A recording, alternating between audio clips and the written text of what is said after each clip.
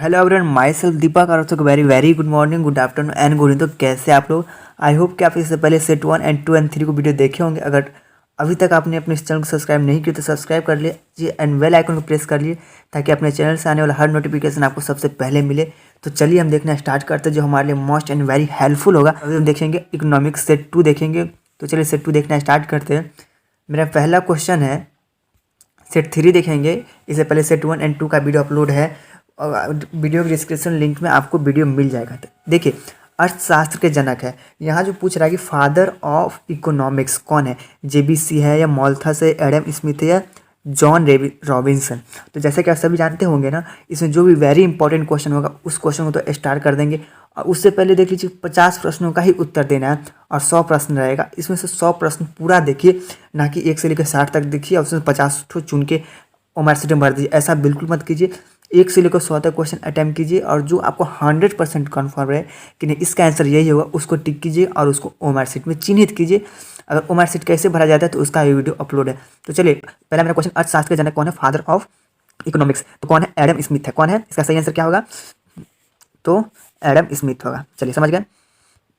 उसके बाद देखिए एडम स्मिथ। चलिए, सबसे पहले माइक्रोसॉफ्ट का प्रयोग करने वाले हैं। सबसे पहले जो माइक्रोसॉफ्ट का है ना प्रयोग, वो कौन किया था, यही पूछ रहे हैं। बताइए इसका आंसर क्या होगा। सबसे पहले माइक्रोसॉफ्ट का प्रयोग है ना, मार्शल किए या बोल्डिंग किए या केन्स किए, रैगनर फ्रिस किए। तो कौन किए थे? तो रैगनर फ्रिस किए थे सबसे पहले माइक्रोसॉफ्ट का प्रयोग। चलिए, क्वेश्चन नंबर 3 है, किसके अनुसार अर्थशास्त्र मानव कल्याण विज्ञान है। ये दोनों क्वेश्चन का स्टार्ट कर लीजिए क्योंकि दोनों क्वेश्चन वेरी इंपॉर्टेंट है। तो किसके अनुसार अर्थशास्त्र मानव कल्याण विज्ञान है? ए मार्शल या पॉल सैमुएल्सन या जी एल मिल, एडम स्मिथ। अपने दोस्तों को भी शेयर कर दिए ताकि वो भी लाइव चैटिंग कर सके और अपने एग्जाम में अच्छा से अच्छा इसको अचीवमेंट कर सके। तो बताइए, ए मार्शल है, पॉल सैमुएल्सन, जेबीएल्स या एडम स्मिथ। बता दो जल्दी से कमेंट कीजिए लाइव चैट में कि इसका आंसर क्या होगा। तो ए मार्शल जो है ना, इसका आंसर क्या होगा? ए होगा। चलिए, मानव कल्याण संबंधी का विज्ञान है। निम्नलिखित में कौन उत्पत्ति का साधन नहीं है? तो बताइए इसका आंसर क्या होगा। बहुत इजी क्वेश्चन, इसका आंसर आप आराम से बता सकते हैं। इसका आंसर जो होगा ना, मुद्रा जो है ना उत्पत्ति का साधन नहीं है। इसको भी स्टार्ट करिए, वेरी इंपॉर्टेंट क्वेश्चन है। सेट 1 में भी है, 2 में 3 में भी है। चलिए, आर्थिक समस्या मूलतः किस तथ्य की समस्या है? बताइए, आर्थिक समस्या जो मूलतः किस तथ्य की समस्या है? तो ये है ना चुनाव की समस्या। क्या होगा? ये होगा इसका आंसर। चलिए, क्वेश्चन मेरा 6 है कि उत्पादन संभावना वक्र है। चुनाव उत्पादन संभावना जो वक्र है ना, तो कैसा है? अक्ष की ओर नतोदार होता है, नतोदार होती है। चलिए, 7 है कि उस वक्र का नाम बताइए जो आर्थिक समस्या दर्शाता है। तो कौन सा वक्र है जो आर्थिक समस्या दिखाता है? तो उत्पादन संभावना वक्र जो है मेरा आर्थिक समस्या दिखाता है। चलिए, 8 क्वेश्चन है मेरा, सम सीमांत उपयोगिता नियम को कहा जाता है। क्या कहते हैं? प्रतिस्थापन नियम कहा जाता है। क्या होगा इसका आंसर? चलिए, 9 का बताइए कि 9 का आंसर क्या होगा कि किसी वस्तु में मानवीय आवश्यकताओं की पूर्ति की क्षमता को कहते हैं। किसी वस्तु की मानवीय आवश्यकताओं की पूर्ति की क्षमता को क्या कहते हैं? तो उसका उपयोगिता कहते हैं, यूटिलिटी कहते हैं। समझ गए? क्या होगा? 9 का आंसर सी होगा। चलिए, हम आगे देखते हैं क्वेश्चन नंबर 10 कि सीमांत उपयोगिता हास नियम के प्रतिपादक है।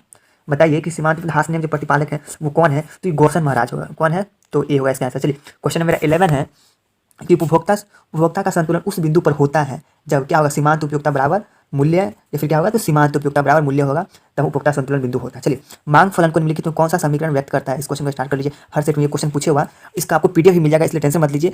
कमेंट कीजिएगा तो वहाँ आपको पीडीएफ का लिंक मिल जाएगा। तो चलिए, 12 का आंसर बताइए क्या होगा कि मांग फलन निम्नलिखित में कौन सा समीकरण व्यक्त करता है? तो D X equal to F X. चलिए, एफ पी एक्स। 13 मेरा, निम्नलिखित में किसके परिवर्तन से मांग में परिवर्तन होता है? मूल्य में परिवर्तन, आय में परिवर्तन, रुचि में फैशन में परिवर्तन। तो इसका आराम से बताइए कि 12 का जो आंसर होगा वो 13 का आंसर क्या होगा? तो इनमें से सभी होगा। क्या होगा? डी का।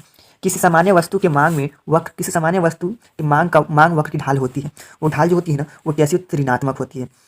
क्या होगा इसका आंसर? ये होगा। चलिए, क्वेश्चन नंबर 15 है कि आय बढ़ने पर उपभोक्ता किन वस्तुओं की मांग को घटा देता है? निम्न कोटि या सामान्य कोटि या उच्च कोटि, किस कोटि को घटा देते हैं? तो इसका जो आंसर होगा ना, वो सी होगा। वैसे देखते हैं, जो गिफिन वस्तु होगी, गिफिन वस्तु जो होती है ना, उसकी मांग हम घटा देते हैं। चलिए, क्वेश्चन नंबर 16 देखते हैं कि निम्नलिखित चित्र प्रदर्शित करता है। यहाँ चित्र देखिए और बताइए चित्र जो है ना वो क्या प्रदर्शित कर रहा है। तो ये चित्र है ना, ध्यान से देखिएगा, पूर्णतः लोचदार मांग को है ना प्रदर्शित कर रहा है। क्या होगा इसका आंसर? बी होगा। चलिए, आगे देखिए, क्वेश्चन नंबर मेरा 17 है, 1 मिनट। क्वेश्चन नंबर 17 मेरा सापेक्ष लोचदार मांग को व्यक्त करता है। ए क्यू एंड ए पी क्या है? सापेक्ष लोचदार मांग को जो व्यक्त करता है, तो इसका आंसर क्या होगा पता है तो कमेंट कर दीजिए। वैसे इसका आंसर क्या होगा? ये होगा। चलिए, मांग की लोच को प्रभावित करने वाला घटक कौन से हैं? तो बताइए कि इसका आंसर क्या होगा? जो मांग प्रभावित करने वाला जो घटक है ना, ऑप्शन देख रहे हैं, 3 देख रहे हैं ना, वस्तु की प्रकृति, कीमत, स्तर, आय स्तर, इनमें से सभी। तो इसका आंसर होगा ना डी होगा, इनमें से सभी। चलिए, क्वेश्चन नंबर 90 है, जो वक्र पहले बढ़ता है फिर स्थिर होकर घटना आरंभ करता है वो कौन सा वक्र कहलाता है? तो बताइए कि 29 का जो आंसर होगा ना, वो क्या आंसर होगा? अगर पता है तो कमेंट कर दीजिए। 19 का आंसर क्या होगा? A P P, M P P, क्या होगा? ये सभी होगा, ऑल ऑफ दिस होगा। क्या होगा इसका आंसर? चलिए 20 उत्पादन के साधन क्या क्या है इसका तो आप कमेंट कर दीजिए, सब वेरी इंपॉर्टेंट क्वेश्चन है, ये तीनों सेट में है तो इसका भी क्या होगा, ये सभी होगा। चलिए क्वेश्चन नंबर 21 है, परिवर्तनशील अनुपात का नियम संबंधित है अल्पकाल दीर्घकालीन या अल्पकाल से या अति दीर्घकाल से। अगर पता है तो कमेंट कर दीजिए कि वैसे 21 का जो आंसर होगा ना वो क्या होगा, अल्पकाल से होगा, इसका आंसर क्या होगा, सी होगा। चलिए हम आगे देखते हैं 22, उत्पादन के सभी साधनों में एक ही अनुपात में वृद्धि के परिणाम उत्पादन में अधिक अनुपात में वृद्धि, तो इसे कहते हैं, क्या कहते हैं, तो वर्तमान पैमाने का प्रतिफल कहते हैं। चलिए ठीक है, अवसर लागत का वैकल्पिक नाम है, तो अवसर लागत का जो वैकल्पिक नाम है आर्थिक लागत है। चलिए क्वेश्चन 24 है, निम्न में से कौन सा कथन सत्य है, जो है कथन पूछा जो सत्य है, तो AC इक्वल टू इसका जो टी होगा ना, AC equal to AFC plus ABC कथन जो सत्य है। अवसर लागत है, बताइए कि 25 का जो आंसर होगा ना क्या होगा, अवसर लागत है वह विकल्प जिसका प्रत्याग कर दिया गया हो या फिर क्या, तो इनमें से जो सभी है ना ये सभी है अवसर लागत का। चलिए क्वेश्चन नंबर 26 है, 26 एक फर्म एक वस्तु की कितनी भी मात्रा दी गई कीमत पर बेच सकती है, फर्म की सीमांत आगम होती है, वो क्या होती है जो कितनी भी में बेच सकती है, क्या होगा, तो शून्य होगा तब। चलिए निम्न में से कौन सही है, यहाँ पूछ रहा है सही गलत पूछ रहा है, तो AR इक्वल टू MR इसको भी स्टार्ट कर लिए, भी सेट 1 में 2 में दोनों में था, क्या होगा इसका आंसर, ये होगा। चलिए 28 है, AR प्रदर्शित करता है, तो AR क्या प्रदर्शित करता है, अगर पता है तो बता दीजिए, तो TR/Q प्रदर्शित करता है, समझ गए। चलिए क्वेश्चन 29 देखते हैं कि फर्म के संतुलन की प्रथम शर्त है, वो कौन सी प्रथम शर्त है, तो MC इक्वल टू MR जो है ना प्रथम शर्त है। चलिए क्वेश्चन नंबर 30 है मेरा, फर्म का लाभ निम्नलिखित में किस शर्त को पूरा करने पर अधिकतम होगा, किस शर्त को पूरा करने पर अधिकतम होगा, तो अधिकतम जो होगा ना वो जब ये दोनों शर्त सीमांत इसका भी शर्त पूरा करेगा, ये दोनों शर्त पूरा करेगा, क्या होगा इसका आंसर, सी होगा। चलिए 31 है, उत्पादन संतुलन की निम्नलिखित में कौन सी रीतियाँ है, कौन सी रीतियाँ है पता है तो जल्दी से कमेंट कर दीजिए। वैसे देख रहे हैं कुल आगम कुल लागत रीति एवं सीमांत आगम सीमांत लागत रीति, तो क्या होगा इसका आंसर, सी होगा। चलिए क्वेश्चन नंबर 32 है मेरा, कि पूर्ति के नियम की निम्नलिखित में कौन सी मान्यता है, यहाँ मान्यता पूछ रहा है तो किसका, पूर्ति के नियम का, तो यहाँ तीनों जो ऑप्शन देख रहे हैं ना ये तीनों होगा, क्या होगा, ये तीनों की मान्यता है। चलिए क्वेश्चन नंबर 33 है, 33 में क्या है कि अन्य बातें समान रहे तो वस्तु की कीमत तथा पूर्ति की मात्रा में धनात्मक संबंध क्या व्यक्त करता है, मांग का नियम, पूर्ति की लोच, पूर्ति का नियम या पूर्ति का प्रतिफल, तो ये जो व्यक्त करता है ना क्या व्यक्त करता है, तो पूर्ति का, अन्य बात समान रहे तो जो व्यक्त करता है ना पूर्ति का नियम का। चलिए आगे देखते हैं, जब किसी वस्तु की पूर्ति में अनुपातिक परिवर्तन उसकी कीमत में होने वाला अनुपातिक परिवर्तन से अधिक हो तो पूर्ति की लोच होगी, इकाई से कम, इकाई के बराबर या इकाई से अधिक, ये अनंत होगी, पता है तो कमेंट कर दिए, तो क्या होगा, इकाई से अधिक होगा। निम्नलिखित चित्र प्रदर्शित करता है, तो चित्र तो यहाँ है नहीं तो क्या चित्र प्रदर्शित करता है, तो इस क्वेश्चन छोड़िए 36 देखिए, एकाधिकार प्रतियोगिता की निम्नलिखित में कौन सी विशेषता है, विभेदीकृत या विक्रय लागत या बाजार की, इसकी विशेषता है ना, ये तीनों जो देख रहे हैं इसकी विशेषता है। चलिए क्वेश्चन नंबर 37 है कि निम्नलिखित में कौन सा पूर्ण प्रतियोगिता की विशेषता नहीं है, तो देखिए विज्ञापन तथा विक्रय की लागत है ना, ये जो है ना पूर्ण प्रतियोगिता की विशेषता नहीं है। चलिए आगे देखिए क्वेश्चन नंबर 38 है मेरा, किस बाजार में औसत आय की सीमांत आय के बराबर होती है, औसत आय जो है सीमांत ये पूर्ण प्रतियोगिता में बराबर होती है। चलिए क्वेश्चन नंबर 39 है मेरा, कि वस्तु की कीमत या मांग के बीच प्रतिलोम संबंध पाया जाता है केवल एकाधिकार में या केवल एकाधिकार प्रतियोगिता, या क्या होगा इसका आंसर पता है तो कमेंट कर दीजिए, तो एकाधिकार एवं एकाधिकार प्रतियोगिता दोनों में। चलिए क्वेश्चन नंबर 40 एक विभेदीकृत उत्पादन विशेषता है, किसका विशेषता है, 40 है कि विभेदीकृत उत्पादन विशेषता केवल एकाधिकार या केवल अल्पाधिकार, या क्या होगा इसका आंसर पता है तो कमेंट कर दीजिए। वैसे एकाधिकार प्रतियोगिता एवं अल्पाधिकार दोनों में। चलिए किसी वस्तु का मूल्य निर्धारित होता है मांग के द्वारा, पूर्ति के द्वारा, मांग एवं पूर्ति दोनों के द्वारा, तो जो है नहीं मांग एवं पूर्ति दोनों के द्वारा निर्धारित होता है। बाजार मूल्य संबंधित होता है अति अल्पकालिक मूल्य से, सामान्य मूल्य से या स्थायी मूल्य से, तो ये बाजार मूल्य जो होता है अति अल्पकालिक मूल्य से, क्या होगा इसका आंसर ए होगा। चलिए आगे देखिए क्वेश्चन 43 है, पूर्ण प्रतियोगिता में किसी वस्तु का मूल्य निर्धारित होता है, कैसे निर्धारित होता है पूर्ण प्रतियोगिता में, तो मांग एवं पूर्ति के द्वारा निर्धारित होता है। एकाधिकार फर्म के संतुलन की शर्त नहीं है, यहाँ ये पूछा कि शर्त नहीं है, तो क्या होगा इसका आंसर ए होगा, औसत आय बराबर सीमांत लागत, क्या होगा ए होगा। चलिए क्वेश्चन 45 है, एक फर्म का मांग वक्र पूर्ण लोचदार होता है, वो पूर्ण लोचदार होता है तो क्या पूर्ण प्रतियोगिता, क्या होगा इसका आंसर 45 का आंसर ये होगा। चलिए 46 है, एक पूर्ण प्रतियोगी फर्म को निम्नलिखित का सामना करना पड़ता है, स्थिर कीमत, स्थिर औसत आगम, या क्या होगा 46 का आंसर पता है तो जल्दी सब कमेंट कर दीजिए। तो इसका जो है ना क्या होना चाहिए, ये तीनों होना चाहिए, उपयुक्त सभी होना चाहिए। संतुलन की स्थिति में तो बताइए संतुलन की स्थिति में जो है ना क्या क्या ऑप्शन में दिया, विक्रय की कुल मात्रा का बाजार पूर्ति में, तो इस तीनों जो ऑप्शन देख रहे तीनों होगा। चलिए बताइए 48 का क्या होगा आंसर पता है तो कमेंट करके बताइएगा कि प्रत्येक बाजार दशा में एक फर्म के संतुलन के लिए कौन सी शर्त पूरी होनी चाहिए, तो इसका जो आंसर होगा ना वो ये भी शर्त पूरी होना चाहिए, ये भी शर्त पूरी होनी चाहिए, और आगे देखिए अगर ये है तो सी होगा, नहीं तो आंसर इसका डी होगा, इसके लिए आगे देखना होगा, नहीं इसका जो आंसर होगा ना वो डी होगा, बी होगा और सी होगा दोनों, यानी कि B C AR equal to MC नहीं होना चाहिए, समझे, क्या होगा इसका आंसर डी होगा। चलिए आगे देखिए क्वेश्चन 49 है मेरा, कि बाजार में वस्तु की कीमत उस बिंदु पर निर्धारित होती है जहां वस्तु की मांग वस्तु की पूर्ति, क्या होगा इसका वस्तु की मांग बराबर वस्तु की पूर्ति। चलिए 50 है, प्रत्येक फर्म का श्रम उपयोग बिंदु तय तय तक करती है। कहाँ तक करती है? तो जहाँ श्रम की सीमांत उत्पादन मजदूरी दर के बराबर हो। क्या होगा इसका आंसर? ए होगा। चलिए, समष्टि अर्थशास्त्र के अंतर्गत निम्नलिखित में किसका अध्ययन किया जाता है? राष्ट्रीय आय, पूर्ण रोजगार, ये सब इसको तो वेरी इंपॉर्टेंट ही कर लीजिए और इसको स्टार्ट कर लीजिए। और इसका आंसर जो होगा ना वो डी होगा। समझ गए? चलिए आगे देखिए, 52 है मेरा। स्टॉक में देखिए, स्टॉक के अंतर्गत निम्नलिखित में कौन शामिल है? मुद्रा का परिणाम, धन का, गोदाम का, या उपयुक्त सभी। क्या होगा इसका आंसर? तो उपयुक्त सभी होगा। प्रवाह के अंतर्गत निम्नलिखित में कौन शामिल है? प्रवाह के अंतर्गत निम्नलिखित में कौन शामिल है? तो उपभोग, विनिवेश, ये तीनों, इसका भी आंसर डी होगा। समष्टि अर्थशास्त्र में ध्यान नहीं दिया जाता है। समष्टि अर्थशास्त्र जो है ना, इसका जूट उद्योग पर ध्यान नहीं दिया जाता। देखिए, तृतीय क्षेत्र के अंतर्गत निम्नलिखित में कौन सी सेवा है? जैसा कि आप सभी जानते हैं ना कि तृतीय क्षेत्र के अंतर्गत ना तृतीय क्षेत्र, इस क्वेश्चन पहले भी देख चुके, इसको सेट 3 में भी था। तो संचार की, इसको तो वेरी इंपॉर्टेंट कर लीजिए, वेरी इंपॉर्टेंट क्वेश्चन भी आई है। चलिए, क्या होगा इसका आंसर? संचार होगा। चलिए, निम्नलिखित में कौन सा प्रवाह नहीं है? यहाँ पूछ रहा है कि प्रवाह नहीं है, तो पूंजी जो है ना वो प्रवाह नहीं है। चलिए, 57 है। एक खुली अर्थव्यवस्था में सामूहिक मांग के संगठक कौन है?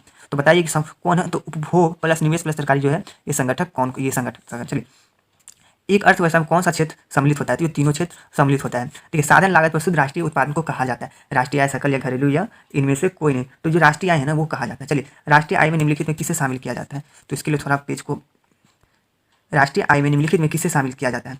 लगान, मजदूरी, या फिर किसको? तो देखिए, राष्ट्रीय आय में जो शामिल किया जाता है ना, लगान, मजदूरी, वेतन, ब्याजी, सब लाभ को, सभी को शामिल किया जाता है। चलिए, क्वेश्चन नंबर 61 है कि स्थायी पूंजी के उपभोग को क्या कहते हैं? बताइए, स्थायी पूंजी के उपभोग को क्या कहते हैं? तो मूल्य में ह्रास कहते हैं। क्या? तो मूल्य में ह्रास कहते हैं। समझ गए? चलिए, क्वेश्चन नंबर 62 है कि निम्नलिखित में कौन सही है? सही सुमेलन करना है तो परियोजना व्यक्तिगत कौन सही है? यहाँ सही पूछ रहा है। निम्नलिखित में कौन सही है? तो इसका आंसर क्या होगा? और पता है तो कमेंट कर दीजिए। तो क्या है? परियोजना आय बराबर व्यक्तिगत आय माइनस प्रत्यक्ष। समझ गए? क्वेश्चन नंबर 63 है, राष्ट्रीय आय के आकलन में किसी वस्तु या सेवा के मूल्य से एक से अधिक बार शामिल करना कहलाता है। तो क्या कहलाता है? काफी इजी, इसका कमेंट कर दीजिए। ये जो कहलाता है दोहरी गणना कहलाता है। क्या होगा इसका आंसर? दोहरी गणना, यानी कि बी होगा। चलिए, 64 देखिए कि क्या है मेरा। सकल राष्ट्रीय उत्पाद की गणना निम्नलिखित में किसे सम्मिलित नहीं किया जाता है? ये पूछ रहा है कि किसे सम्मिलित नहीं किया जाता है। तो पुरानी वस्तु, क्रय विक्रय एवं मध्यवर्ती वस्तु। इसका आंसर सी होना चाहिए। जीएनपी अस्फीति क्या है? जीएनपी अस्फीति क्या है? तो बताइए क्या होगा इसका आंसर? ये होगा जीएनपी अस्फीति बराबर जीएनपी इंटू 100। समझ गए? मुद्रा का कार्य है, विनिमय का माध्यम है या क्या है? तो मुद्रा कार्य नहीं, इनमें से सभी कार्य जो है ये मुद्रा का कार्य। तो जैसा कि आप सभी जानते होंगे, ये बताने वाली बात नहीं है। मुद्रा वह वस्तु है जो मूल्य का मापक हो, जो सामान्य विधि के लिए। तो इनमें से ये सभी है ना, ये मुद्रा का मेन जो है विशेषता है। तो चलिए हम आगे देखते हैं। क्वेश्चन नंबर हम 68 देखते हैं। मुद्रा की पूर्ति से हमारा आशय है बैंक में जमा राशि या जनता के पास उपलब्ध है, इनमें से सभी। तो 68 का आंसर जो होगा ना वो क्या होगा? वो डी होगा। चलिए, क्वेश्चन नंबर 69 है कि निम्नलिखित में कौन सा मुद्रा का कार्य नहीं है? 69 क्वेश्चन नंबर पूछ रहा है मेरा कि निम्नलिखित में कौन से जो मुद्रा का कार्य नहीं है? बताइए, विनिमय का माध्यम या फिर कीमत स्थिरता का? तो ये कीमत स्थिरता का कार्य नहीं है। चलिए, रिजर्व बैंक ने मुद्रा के 4 मापदंड M1 में शामिल है। तो बताइए कि M1 में जो शामिल है ना वो कौन शामिल है? देखिए, जनता के पास करेंसी भी शामिल है, बैंक द्वारा शुद्ध मांग जमा भी रिजर्व बैंक। तो इसका 70 का जो आंसर होना चाहिए ना वो डी होना चाहिए। उपयुक्त सभी शामिल है। चलिए, रिजर्व बैंक ऑफ इंडिया की स्थापना हुई थी। इस क्वेश्चन को वेरी इंपॉर्टेंट कर लीजिए, क्वेश्चन कंपटीशन एग्जाम में भी बार पूछा है। तो क्या होगा इसका आंसर? 1935 में स्थापना हुआ था। मौद्रिक नीति का संबंध है। बताइए कि मौद्रिक नीति का जो संबंध है ना वो किससे संबंध है? तो खुले बाजार की क्रिया से संबंध है। चलिए, 73 है, केंद्रीय बैंक शाख नियंत्रण करती है बैंक की दर के जरिए खुले बाजार या सीआरए, इनमें से सभी पता है तो जल्दी से कमेंट कर दीजिए। तो बैंक दर के जरिए। चलिए, निम्न में से कौन शाख गुणात्मक की विधि है? 74 का आंसर क्या होगा? पता है तो जल्दी से कमेंट करिए। बैंक दर या खुले तो बैंक दर में परिवर्तन होगा। भारत में बैंकिंग क्षेत्र सुधार प्रारंभ हुआ। बताइए इसका आंसर क्या होगा? कब बैंकिंग सुधार प्रारंभ? 1951 में हुआ था। भारत में 14 बड़े अनुसूचित व्यवसायिक बैंकों का राष्ट्रीयकरण किया गया था। तो ये राष्ट्रीयकरण किया गया था ना, ये कब किया गया था? तो 1996 में किया गया था। चलिए आगे देखिए, general theory of employment, interest and money, ये जो पुस्तक है इसके लेखक कौन है? अगर पता है तो कमेंट कर दीजिए। तो J.M. किन्स जो है ना इस पुस्तक के लेखक है। ठीक है ना? आगे देखिए, क्वेश्चन नंबर 78 देखिए कि MPC plus MPS equal to क्या होगा? क्या होगा? पता है तो जल्दी से कमेंट कर दीजिए, टाइम मत लगाइए। तो इसका जो आंसर होगा ना वो MPC प्लस MPS 1 होता है। चलिए, क्वेश्चन नंबर 79 है कि सामूहिक मांग का प्रमुख घटक है। सामूहिक मांग का जो प्रमुख घटक है व्यक्तिगत उपभोग भी है, सार्वजनिक उपभोग है, विनिमय, तो उपयुक्त सभी हो। चलिए, यदि MPC इक्वल टू 0.5 हो तो K का गुणांक क्या होगा? तो इस क्वेश्चन का आपको थोड़ा सॉल्व करना होगा। तो इसका आंसर बता देते हैं, 1 होना चाहिए। चलिए आप सॉल्व कर देखते रहिएगा। क्लासिकल विचारधारा निम्न में से किस तथ्य पर आधारित है? तो ये देख रहे से क बाजार के नियम से मजदूर दर को, ये तीनों इसका आंसर होना चाहिए। तो क्या होगा इसका आंसर? इनमें से सभी होगा। चलिए, 82 है कि किन्स की अर्थव्यवस्था में न्यून मांग की दशा निम्नलिखित किस नाम से पुकारा है? तो ये नाम है अपूर्ण रोजगार के संतुलन के नाम से पुकारा है। किस नाम से? क्या होगा इसका आंसर? बी होगा 82। चलिए 83 है, क्लासिकल विचारधारा में निम्नलिखित में किस तथ्यों पर आधारित किया है? इस क्वेश्चन को रिपीट कर दिया 83 को, तो इस तथ्य पर उपयुक्त में से सभी कर दो। क्या होगा इसका आंसर? उपयुक्त सभी। चलिए निम्नलिखित में किसके अनुसार मजदूरी कटौती अर्थव्यवस्था में पूर्ण रोजगार की दशा में संभावित ढंग से बनाए रखने के लिए है? किसके अनुसार? तो ये महाराज देख रहे हैं पीगू जी है ना, इनके अकॉर्डिंग है। चलिए किन्स के अनुसार अर्थव्यवस्था में आय एवं रोजगार का संतुलित स्तर निम्नलिखित में कहाँ स्थापित होता है? कहाँ पर स्थापित होता है? जहाँ पे AD इक्वल टू AS हो। चलिए निम्नलिखित में कौन सा कथन सही है? ये कथन जो दिए हुआ है उसे सही कथन पूछ रहा है कि कौन सा कथन है कि किन्स के अनुसार अर्थव्यवस्था में आय एवं रोजगार का सिद्धांत निम्नलिखित कहाँ स्थापित होगा? तो इनमें से ये भी, इसमें भी नहीं होगा, इसमें भी नहीं होगा, इसमें, तो इसका जो आंसर होगा इनमें से कोई नहीं होगा। चलिए निम्नलिखित में कौन सा कथन सही है? अरे किन्स के अनुसार अर्थव्यवस्था में आय और रोजगार के संतुलन स्तर निम्नलिखित में कहाँ स्थापित होगा? इस दोनों में, इसमें स्थापित नहीं होगा, इसमें स्थापित नहीं होगा, लेकिन AD इक्वल टू S में स्थापित होगा। तो इसका आंसर क्या होना चाहिए? ये होना चाहिए, ठीक है ना। निम्नलिखित में कौन सा कथन सही है? तो यहाँ ये पूछ रहा है कि इस कथन सही पूछ रहा है, तो ये पहला भी कथन सही है, दूसरा कथन भी सही है, तीसरा भी कथन सही है। तो देखते हैं कि D में कौन सा कथन है। तो D में है ना उपयुक्त सभी, तो 86 का आंसर उपयुक्त सभी होगा। चलिए कौन सा कथन सत्य है? 87 में पूछ रहा है कि कौन सा कथन सत्य है, तो बताइए इसको कौन सा कथन सत्य है। तो इसका जो आंसर होगा B होगा, K इक्वल टू 1/MPS। क्या होगा इसका आंसर? समझ गया। चलिए आगे देखिए, क्वेश्चन नंबर 88 है, किन्स ने विनियोग गुणक का विचार निम्नलिखित में किसने प्रस्तुत किया? कहान के आय गुणक, कहान के उपभोग, या क्या होगा 88 का आंसर पता है तो कमेंट कर दीजिए कि इसका आंसर क्या है? कहान के रोजगार गुणक। चलिए 89, किन्स के विनियोग गुणक का मूल्य निम्नलिखित पर निर्भर करता है? आय स्तर पर पूंजी की सीमांत या सीमांत उपभोग प्रवृत्ति या विनियोग की मात्रा। तो बताइए कि इसका आंसर जो होगा ना क्या होगा? तो क्या होगा इसका आंसर? C होगा। चलिए क्वेश्चन नंबर मेरा, निम्नलिखित में कौन सा कथन सही है? 90 है, इससे कथन जो पूछ रहा है ना वो सही है गलत? कौन सा कथन सही है? तो मांग की कमी रोजगार के स्तर में आएगी, ठीक है, न्यून मांग की कमी, तो इसका जो आंसर होगा ना ये D होगा, उपयुक्त सभी कथन सही है। चलिए क्वेश्चन नंबर आगे देखते हैं, 91 देखते हैं कि 91 में क्या है। तो 91 है कि पूर्ण रोजगार के आगे की सामूहिक मांग तथा पूर्ण रोजगार वाली सामूहिक मांग के अंतर को व्यक्त करता है स्फीतिक अंतराल और स्फीतिक अंतराल, A B दोनों या फिर इनमें से कोई नहीं। अगर पता है तो जल्दी से कमेंट कर दीजिए क्या स्फीतिक अंतराल जो होगा ना ये होगा इसका आंसर। चलिए 92 है कि न्यून मांग को ठीक करने के लिए निम्नलिखित कौन सा उपाय है? राजकोषीय उपाय, मौद्रिक उपाय, या फिर ये भी दोनों या इनमें से कोई नहीं। तो इसको ठीक करने का उपाय है तो मौद्रिक उपाय है। क्या होगा इसका आंसर? B होगा। चलिए 93 है, केंद्रीय बैंक निम्नलिखित में किसके द्वारा मात्रात्मक साख पर नियंत्रण रखता है? बैंक द्वारा, खुले बाजार द्वारा, नकद कोष, या उपयुक्त में से सभी। तो इसका जो आंसर होगा ना उपयुक्त में से सभी होगा। चलिए प्रत्यक्ष कर है, आयकर, उपहार कर, ये भी दोनों या फिर इनमें से कोई नहीं। तो जो प्रत्यक्ष कर है ना, आयकर भी है और उपहार कर भी है। चलिए 94 है मेरे, 95 है, भारत में 1 रुपये का नोट जारी करते हैं RBI, भारतीय रिजर्व बैंक। इसका आंसर आप ही लोग कमेंट करके बताइए कि इसका आंसर कौन होगा। तो भारत सरकार वित्त मंत्रालय जो है ना ये 1 रुपये का नोट जारी करता है। क्या होगा इसका आंसर? B होगा। चलिए पूंजी बजट शामिल करता है राजस्व प्रतिशत, राजस्व व्यय, पूंजीगत प्राप्ति, पूंजीगत व्यय, प्रत्यक्ष अप्रत्यक्ष, इनमें से कोई नहीं। अगर पता है तो जल्दी से कमेंट कर दीजिए। तो इसका जो आंसर होगा ना प्रत्यक्ष तथा अप्रत्यक्ष कर शामिल करता है। चलिए क्वेश्चन नंबर 97 है कि निम्नलिखित में कौन सा अप्रत्यक्ष कर है? उत्पादन शुल्क, बिक्री कर, सीमा शुल्क, इनमें से सभी। अप्रत्यक्ष कर पूछ रहा है कि इसमें से कौन सा जो है ना वो अप्रत्यक्ष कर है। तो ये भी उत्पादन शुल्क भी अप्रत्यक्ष कर, बिक्री कर भी, सीमा शुल्क, इनमें से सभी जो है ना अप्रत्यक्ष कर है। 99 है मेरा कि भुगतान संतुलन में असंतुलन का निम्न में कौन सा आर्थिक कारण है? भुगतान संतुलन में असंतुलन में असंतुलन का निम्न में कौन सा आर्थिक कारण है? देखिए अंतर्राष्ट्रीय संबंध, राजनीतिक, व्यापार चक्र, इनमें से कोई नहीं। अगर पता है तो जल्दी से कमेंट करके बताइए। तो इसका जो सही आंसर होना चाहिए ना वो C होगा, व्यापार चक्र। समझ गए। चलिए लास्ट क्वेश्चन है मेरा 100, इसका आंसर क्या होगा? निम्नलिखित में से कौन पूंजी खाते में नहीं आता है? इसका आंसर आप देखिए, आप कमेंट करके बताइए और अपने दोस्तों को भी शेयर कीजिए और अपने चैनल को सब्सक्राइब कीजिए एंड सपोर्ट कीजिए। आपके एक लाइक, एक सब्सक्राइब से काफ़ी मोटिवेशन मिलता है वीडियो बनाने के लिए। अगर आप चाहते हैं कि सब्जेक्टिव का वीडियो बनाएं तो कमेंट कीजिए, आपको सब्जेक्टिव का भी वीडियो मिल जाएगा। एंड थैंक्स फॉर वाचिंग, और अपने दोस्तों को भी शेयर कीजिए। अगर सेट 4 भी देखना चाहते हैं तो सेट 4 के लिए कमेंट कीजिए और सब्सक्राइब करना मत भूलिए और अपने दोस्तों को भी शेयर कीजिए। Thanks for watching.